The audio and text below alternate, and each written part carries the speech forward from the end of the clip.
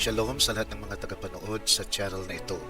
Ang pitak na ito ay bago na pinamagatang Karunungan sa Biblia sa loob ng 2 minuto. Bahagi ng pitak na ito ay gagawin din nating short, kaya't magsimula na tayo.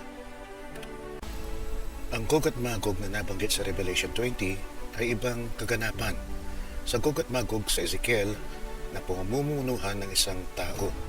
Ito ay mangyayari sa pagitan ng pagkatapos ng Great Tribulation at Milenyo.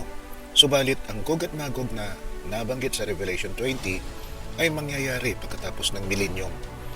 At pangungunahan ito ni Satanas mismo. Ano ang katibayan? Palalayain si Satanas ng ilang panahon matapos siyang mabilanggo sa abis ng 1,000 taon na katumbas na taon na nakalaan para sa Milenyo. Ang ibig sabihin ay 1,000 taon. Ano ang pagkakaiba ng dalawang digmaan? Muli, abangan ang susunod na kabanata at pagpalain tayong lahat ng Panginoong Kristo Jesus.